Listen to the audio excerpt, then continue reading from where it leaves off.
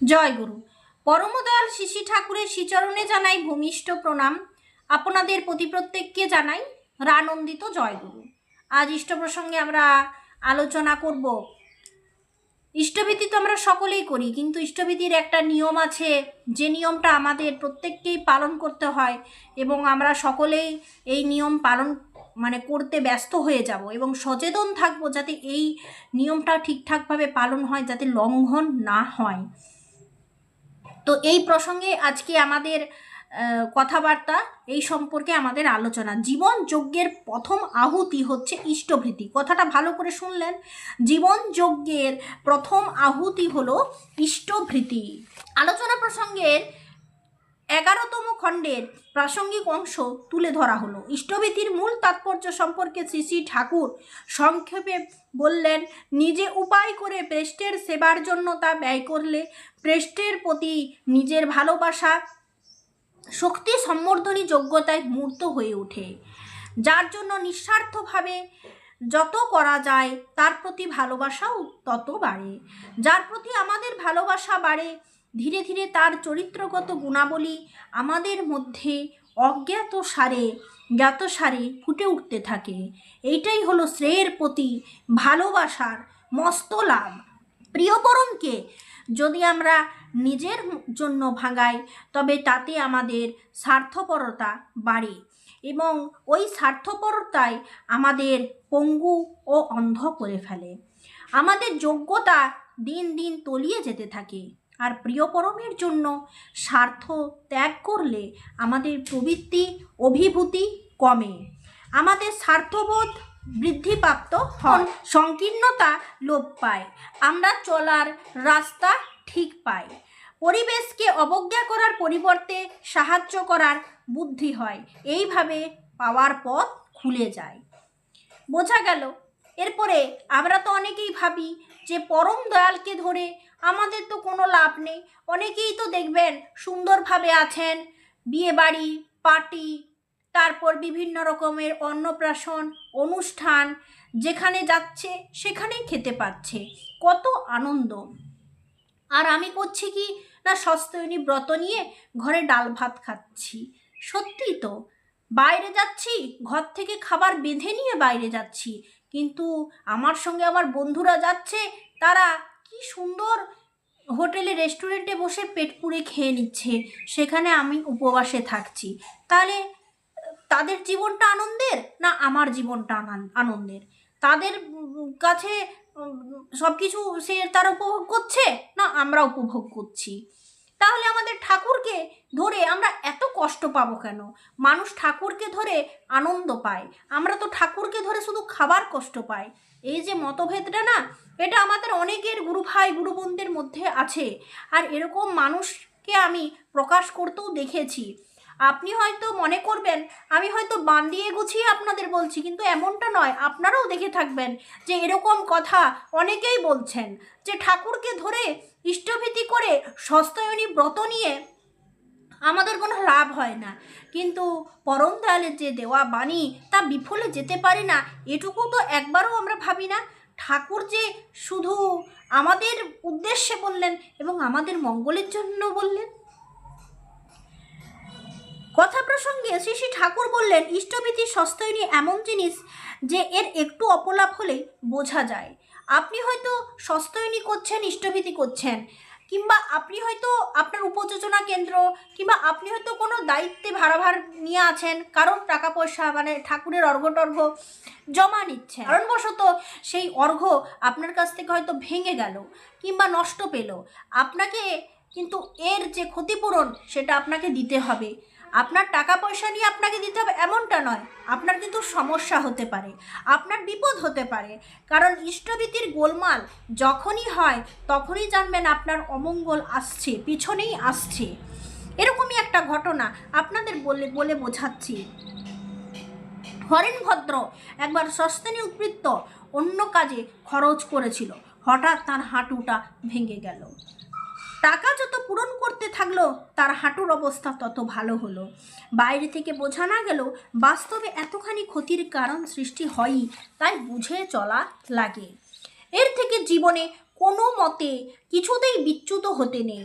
প্রফুল্লদা বলছেন ইষ্টভীতির সস্তায়নী যারা না করে তাদেরও তো বেশ দিন চলে যায়। সত্যি তো তাই। এই তো আমি আপনাদের বললাম যে একটা দল সুন্দরভাবে ইষ্টভীতি করে কেবলমাত্র ঠাকুরকে ইষ্টভীতিটা করে, তারা বাইরে গিয়ে রেস্টুরেন্টে খাচ্ছে, বিয়ে বাড়িতে খাচ্ছে, পার্টি দিচ্ছে, বিরাট ফুর্তি আমোদ। কিন্তু সেই জায়গার আরেকটা দল কিন্তু উপবাস দিয়ে ওই একটা শুকনো মুড়ি খেয়ে কিংবা শুকনো চিড়া খেয়ে বাইরে বসে আছে। তাহলে জীবনটা কার আনন্দের? এর আনন্দের না ওর আনন্দের? এখন স্বাভাবিক দিক থেকে দৃষ্টিকোণ থেকে দেখলে মনে হয় যে জীবনটা হচ্ছে ওদের আনন্দের, তাই না? কিন্তু না, আমি আমার ঠাকুরকে ভালোবেসেছি আমার মঙ্গলের জন্য, এই কথাটা সর্বদা বুঝতে হয়। আমার পরিবার পারিপার্শ্বিক সব কিছুর মঙ্গলের জন্য আমি ঠাকুরকে ধরেছি। আমার একটুকু উন্নতি যেটুকুই হোক না কেন সব ঠাকুরের জন্য হচ্ছে। অতএব মনে মনে কষ্ট পাবেন না, খাওয়াটা জীবন নয়। খাওয়াটা মানে খাবার জন্যই যে জীবন, এ কথাটা ভুলে যান। এবং খাওয়াটাই যে একমাত্র জীবনের আনন্দ, এটা ভুলে যান। খাওয়াতেই যে সব কিছু আছে, এটাও ভুলে যান। মনের মধ্যে যতই সংকীর্ণতার বাসা বাঁধবে ততই কিন্তু ঠাকুর আপনার কাছ থেকে দূরে যেতে থাকবে। আপনি যদি খাওয়াকে গুরুত্ব দেন তাহলে আপনার কাছে ঠাকুর কোনো গুরুত্বই পেল না। আপনি একবার ভেবে দেখুন, বর্তমান আচার্যদেব তিনিও তো বসে আছেন ঠাকুর বাড়িতে, এবং তার কিসে অভাব বলতে পারবেন? পরমডাল শিশি ঠাকুরকে অনুসরণ করে তিনি চলছেন। আমি যা বাদ দিয়েছি তিনি তার থেকে বেশি আমার ত্যাগ করেছেন। কার জন্য ত্যাগ করেছেন? তিনি তো সুন্দর এত প্রতিপত্তির উপরে বসে খাওয়া, ঘুম, ভালো গাড়িতে চড়া এবং ভালোভাবে ঘুরতে পারেন।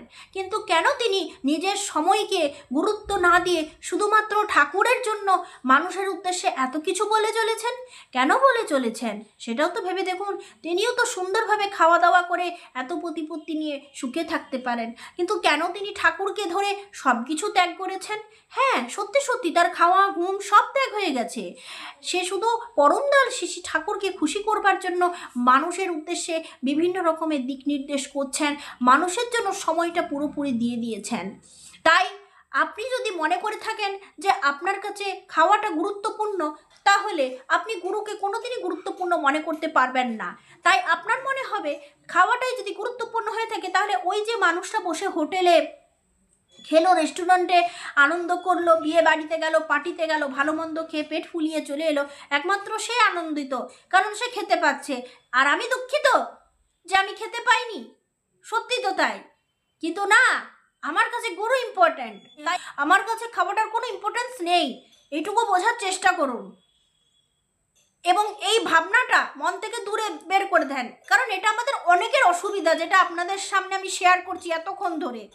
এটা অনেকের মধ্যে বোধ আছে, যে এটা বাস্তবিক একটা অভিজ্ঞতা থেকে আপনাদের বলছি। এই খাওয়া দাওয়াটাকে গুরুত্বপূর্ণ করবেন না। যিনি গুরুত্বপূর্ণ তাকে গুরুত্ব দেন। গুরু হচ্ছেন গুরুত্বপূর্ণ। আচার্যদেব বলছেন ইষ্টভীতি সস্তায়নী যারা করে না তাদেরও তো বেশ দিন চলে যায়। তো ঠাকুর বলছেন যারা ইষ্টকে অবলম্বন করে ইষ্টের পথে চলে, যাজন যাজন ইষ্টভীতি সস্তায়নী, যারা অনুরাগের সঙ্গে নিষ্ঠার সঙ্গে নিয়মিতভাবে পালন করে, তারা প্রতিদিন একটা করে জীবনে উচ্ছ্বাসের যোগান পায়।